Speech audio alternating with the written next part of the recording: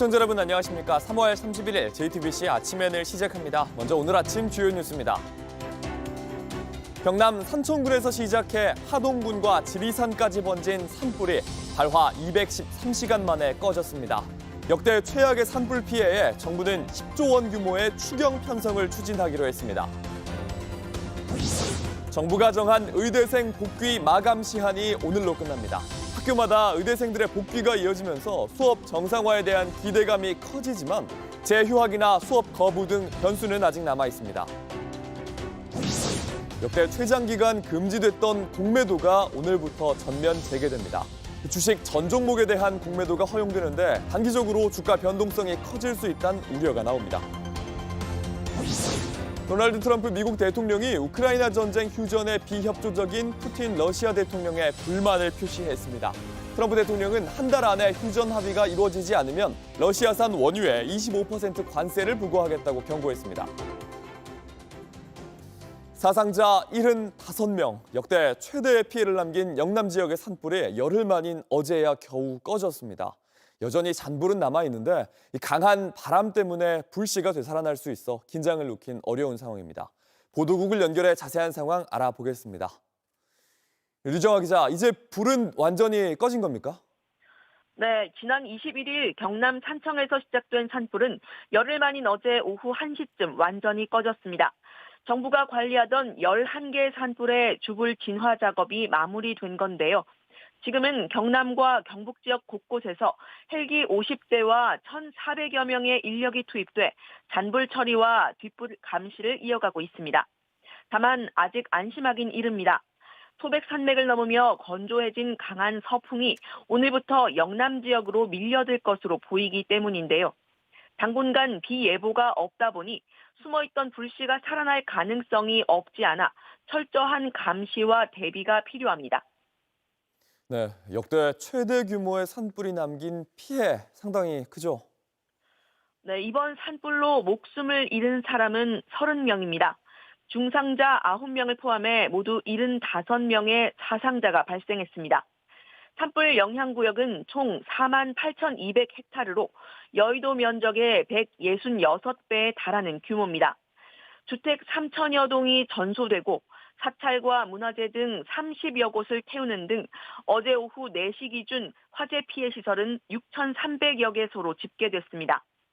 지리산 천왕봉 4.5km 앞까지 번진 불은 국립공원 내 132헥타르를 태웠지만 산림 당국의 총력전 끝에 천왕봉 등 주요 지점 확산은 막았습니다. 네, 산불로 집을 잃은 이재민들에겐 불이 꺼졌다고 다 끝난 상황은 아닐 듯합니다. 네, 산불로 집을 잃는 등 피해를 본 이재민 5,500여 명은 현재 인근 체육관 등에 마련된 구호용 텐트에 머무르고 있습니다. 정부는 경북, 경남 중앙합동지원센터를 중심으로 구호 활동을 펴고 있는데요. 대부분 갑자기 번진 산불에 몸만 빠져나온 경우가 많다 보니 기약 없는 대피 생활에 막막함을 호소하고 있습니다. 경북도는 1년 정도 임시 거주할 수 있는 조립식 주택 1,500동 설치 계획을 밝히는 등 이재민 지원과 복구에 안간힘을 쓰고 있지만 피해가 워낙 크다 보니 역부족인 상황입니다. 네, 그러면 지금 정부는 어떤 대책을 마련하고 있습니까? 네, 최상목 경제부총리가 어제 산불로 역대 최대 피해 규모의 피해가 발생해 신속하고 체계적인 대응과 지원이 기요하다면서 10조 원 규모의 필수 추경을 추진하겠다고 밝혔습니다. 다만 산불 추경의 범위를 뛰어넘어 미국발 통상 리스크, 내수 부진 등에 대응해야 한다면서 4월 중 국회 통과가 가능하도록 여야의 초당적 협조를 요청했습니다. 여야 원내대표는 오늘 오전 10시 국회 의장 주재로 만나 관련 논의에 착수합니다. 지금까지 보도국에서 JTBC 류정화입니다. 네, 경북 안동에서도 마을 코앞에 골프장에까지 산불이 번졌습니다. 직원과 캐디들은 마을로 향하는 불길을 막기 위해 골프장 해저드에서 물을 끌어 지원도 없이 닷새 밤낮으로 불을 껐습니다. 배승주 기자입니다. 흰 연기가 피어오르더니 바람을 타고 산등성이를 따라 불이 넘어옵니다. 불 보이는데. 지난 25일 경북 안동의 한 골프장입니다. 곧바로 경기는 중단됐고 전원 대피했습니다. 하지만 밤 10시쯤 캐디 20명이 불길을 뚫고 다시 돌아왔습니다. 자원에서 어떻게든 처음에는 골프장을 살려보자는 의미에서 왔는데 보니까 또 뒤에 마을이 위험하더라고요. 여기가 뚫려버리면 잔디에 물을 주는 차량 4대와 살수차 1대로 불길이 넘어오는 1km 구간에 방어선을 구축했습니다. 4인 1조로 다니면서 불이 산 아래로 내려오면 물을 쏘고 땅을 뒤집었습니다. 나 말라 죽어. 나 말라 죽는다고. 전기와 수도가 끊겨 해저드 3곳의 바닥에 드러날 때까지 물을 끌어다 썼습니다. 그런데 인간은 물을 뚫어 갔다 온 시간이 걸리기 때문에 아마 저희가 봤을 때는 다 탔을 거라고. 소방대와 헬기 지원 없이 1km 넘게 방어선을 지켜냈습니다. 여긴 진짜 거의 목숨 걸고 하신 거죠. 뭐 밑에 보면 거의 낭떠러지거든요. 근데 밑에 그 줄 잡고 내려가서 밑에서 물 뿌려서 끄시고. 닷새째 캐디 수십 명이 밤낮으로 감시조를 운영하며 재발하는 불을 껐습니다. 여기는 8번, 9번 넘게 불이 다시 올라왔어요.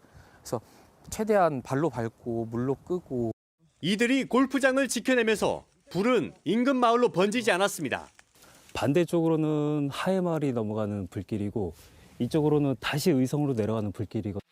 항공 영상을 보면 산불은 골프장을 넘지 못했고 골프장 앞쪽은 모두 잿더미로 변했습니다. JTBC 배승주입니다. 윤석열 대통령 탄핵 심판 선고가 계속 늦춰지고 있습니다. 헌법재판소가 선고를 미루는 이유가 뭔지 여러 추측들이 나오고 있는데요. 야당은 지금이라도 마은혁 후보자를 헌법재판관으로 임명해야 한다며 한덕수 대통령 권한대행이 이를 미루면 다시 탄핵을 추진하겠다고 했습니다. 이재승 기자입니다. 헌법재판소의 윤석열 대통령 탄핵 심판 선고가 4월로 넘어갔습니다.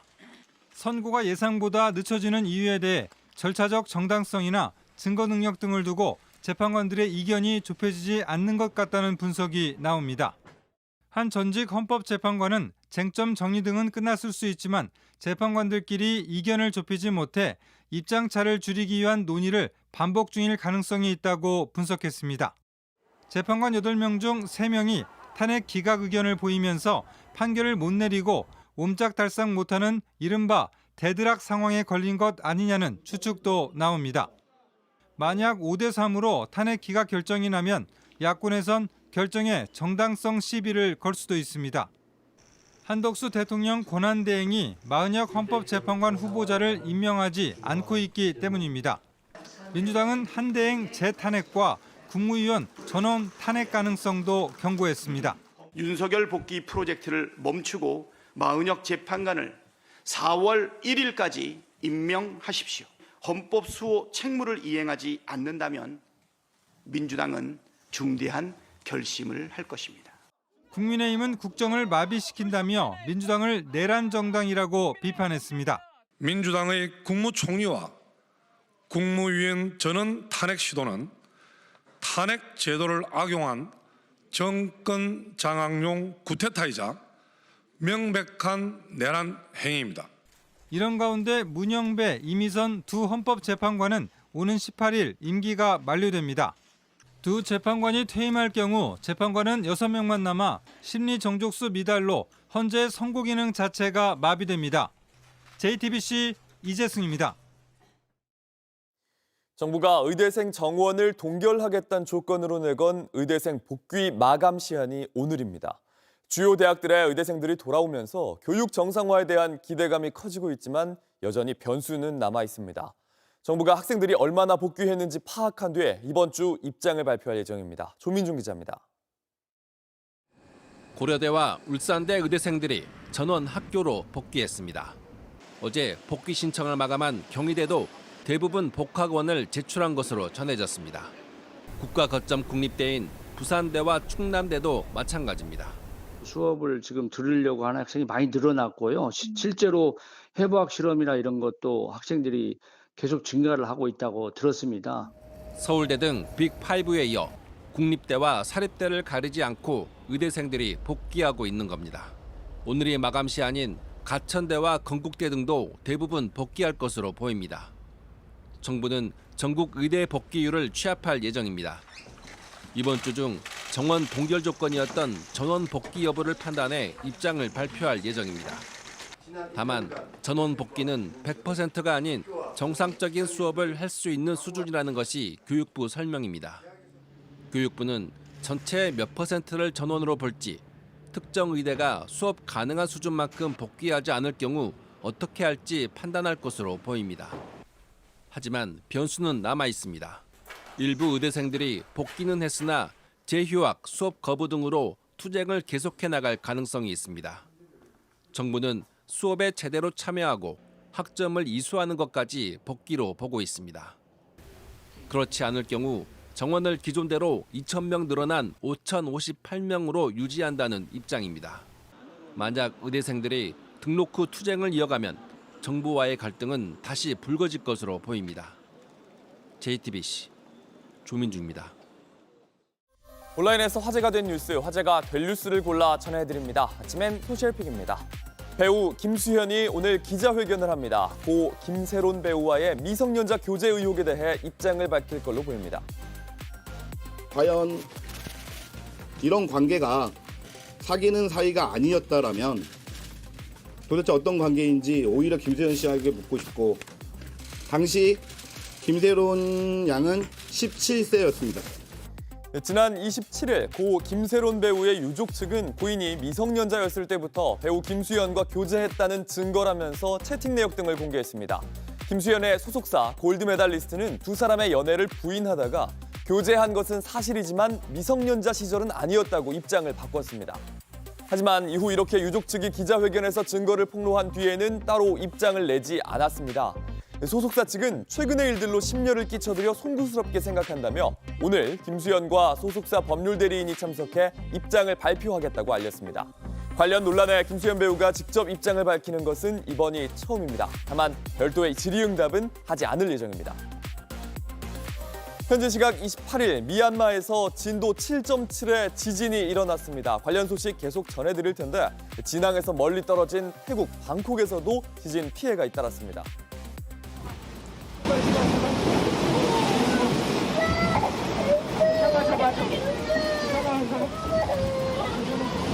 소셜미디어 X에 태국의 빌딩 위라며 올라온 영상입니다. 엄청난 흔들림에 수영장의 물이 출렁거리고 아이는 울음을 터뜨렸습니다. 이 영상을 게시한 X 이용자는 한국인 가족과 함께 있었다면서 태국어로 31층에서 내려왔고 다행히 모두 안전했다며 한국말로 아이에게 괜찮아요 이렇게 말해줄 수밖에 없는 상황이었다고 전했습니다. 온라인에선 태국에서 흔들림을 느꼈다는 비슷한 영상 여러 개 올라왔습니다. 지진에 호텔 옥상에서 이렇게 물이 쏟아져 내렸고 빌딩을 잇는 다리가 부서지는 일도 있었습니다.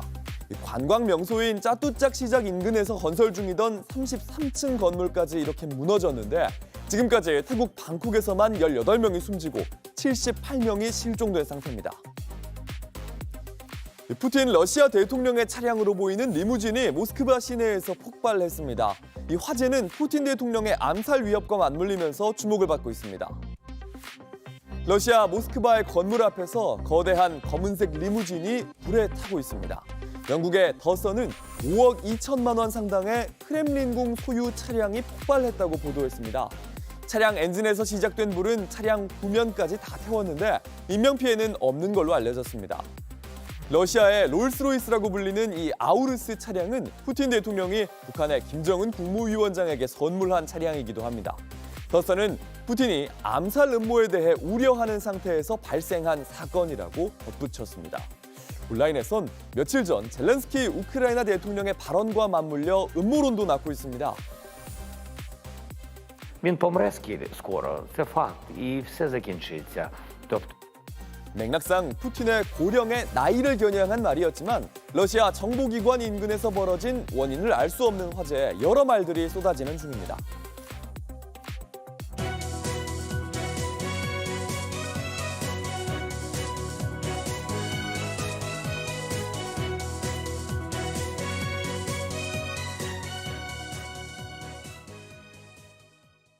진도 7.7 지진의 진앙인 미얀마에선 열악한 상황 탓에 사고 피해가 점점 더 커지고 있습니다. 숨진 사람이 10만 명이 넘을 수 있다는 관측까지 나오는데 시민들은 맨손으로 구조 활동을 하고 있습니다. 양정진 기자입니다. 전통사원이 형체를 알 수 없게 와르르 무너져 내렸습니다. 거리는 건물 잔해와 살림살이가 처참하게 뒤엉켰습니다. 무너진 대학 건물에서는 검은 연기가 피어오릅니다.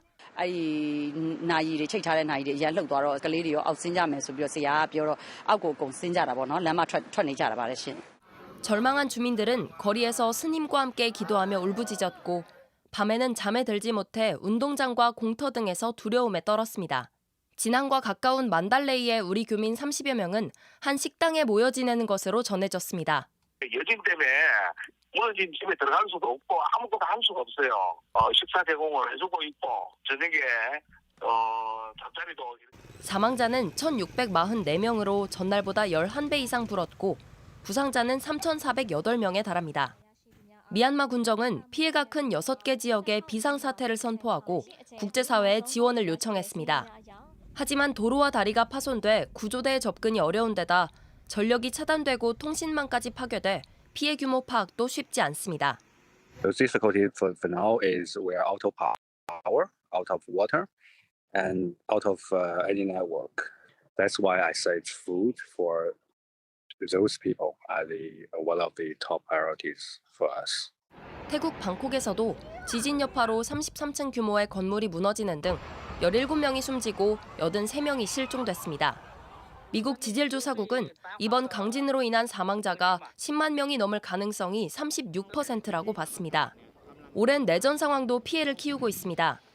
미얀마 반군은 지진 피해 지역에서 2주간 휴전을 선언했지만 군부는 공습을 이어가고 있어 구호 활동이 위축될 수 있다는 우려가 나옵니다. JTBC 양정진입니다. 저희 취재팀이 지금 미얀마에 도착해서 지진 피해 상황을 취재 중입니다. 8시간 넘게 달려 현재는 수도 네피도 행정구역 안에 핀마나라는 곳에 있는데요. 진앙지인 만달레이까지 가는 길은 지진의 상처로 처참했습니다. 이도성 특파원입니다. 취재진은 강진 발생 이후 유일하게 정상 운영되는 양곤 국제공항을 통해 미얀마에 들어왔습니다. 진앙지에서 650km 정도 떨어져 있는 남부 도시 양곤은 지진 피해를 거의 입지 않았기 때문입니다. 하지만 차량을 타고 북쪽으로 향할수록 군데군데 지진이 핥힌 상처가 눈에 띄었습니다.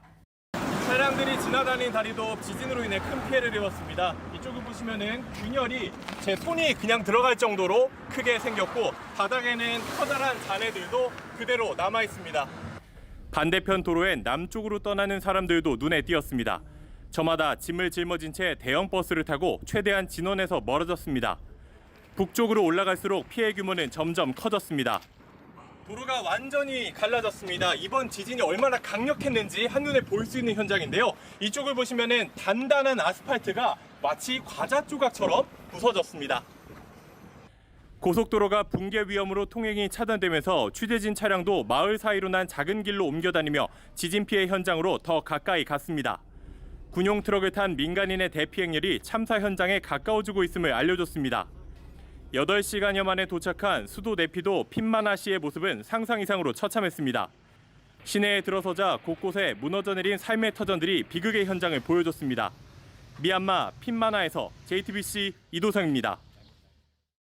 우리 증시에서 금지됐던 공매도가 오늘부터 다시 시작됩니다. 정부가 총선을 앞두고 주가를 부양하겠다며 막았지만 효과는 크지 않았다는 분석입니다. 박소영 기자입니다. 2023년 11월 윤석열 대통령은 국내 증시에서 공매도를 전면 금지한다고 밝혔습니다. 근본적인 개선 방안이 만들어질 때까지 공매도를 금지할 것입니다. 공매도는 주가가 내릴 때 차익을 낼 목적으로 없는 주식을 빌려서 파는 방식입니다. 이 때문에 개인 투자자 사이에선 실제 주가를 떨어뜨리는 원흉으로 지목돼 왔습니다. 그러자 윤석열 정부는 총선을 앞두고 돌연 공매도를 금지했고 선거가 끝난 지난해 5월엔 재개 시점을 두고 관계 기관끼리 우왕좌왕하기도 했습니다. 6월엔 일부 재개하겠다는 이복현 금융감독원장 말에 대통령실이 이 원장 개인 희망이라고 선을 그은 겁니다. 우여곡절 끝에 공매도가 전면 재개됩니다. 그 사이 주가 부양 효과는 있었을까? 1년 5개월간 코스피는 6.5% 올랐고 코스닥은 오히려 12.7% 내렸습니다. 하지만 같은 기간 각각 14%, 30% 오른 미국이나 일본 등 주요국에 비하면 상승폭은 미미합니다. 외국인 투자자는 7개월째 국내 증시에서 빠져나갔습니다.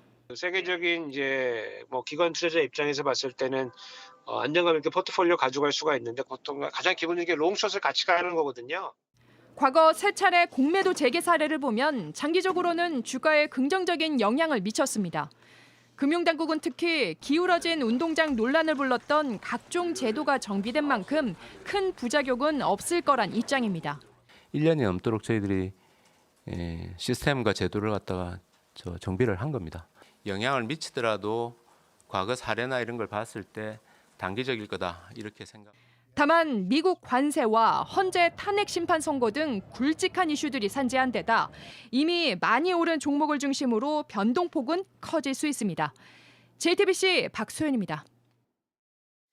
러시아 우크라이나 전쟁의 휴전 협상을 주도하고 있는 미국이 러시아에 경고장을 날렸습니다.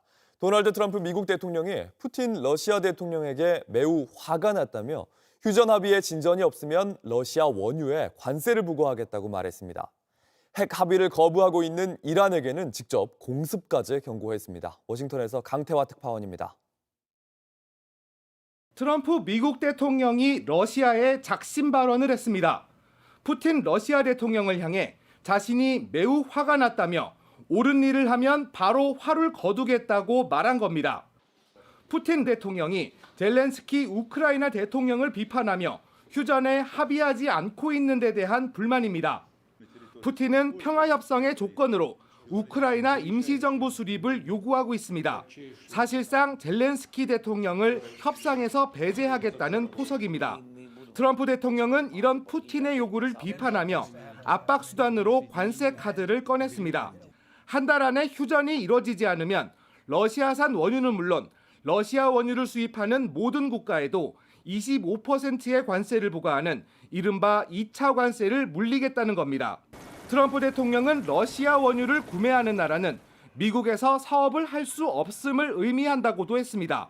트럼프는 한술 더 떠 미국의 뜻에 거스르는 다른 나라에 대해서는 아예 물리력을 동원할 수도 있다고 했습니다.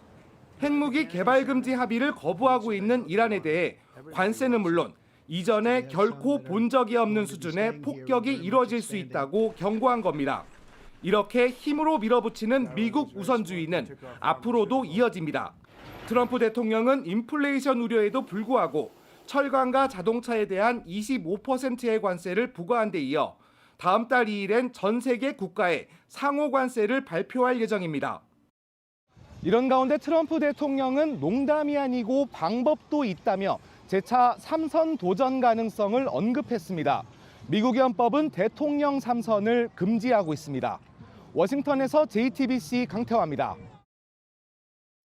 날씨입니다. 오늘도 전국이 맑은 가운데 메마른 날씨가 이어지겠습니다. 특히 수도권과 영남을 중심으로 건조특보구역이 더 늘어나겠습니다. 낮 기온은 서울이 14도, 대구 15도 등으로 어제보다 3도에서 7도가량 높겠습니다. 내일은 오늘보다 기온이 더 오르면서 꽃샘추위가 완전히 물러가겠습니다. JTBC 아침 NL 마칩니다. 내일도 7시 반에 아침을 열겠습니다. 시청해주셔서 감사합니다.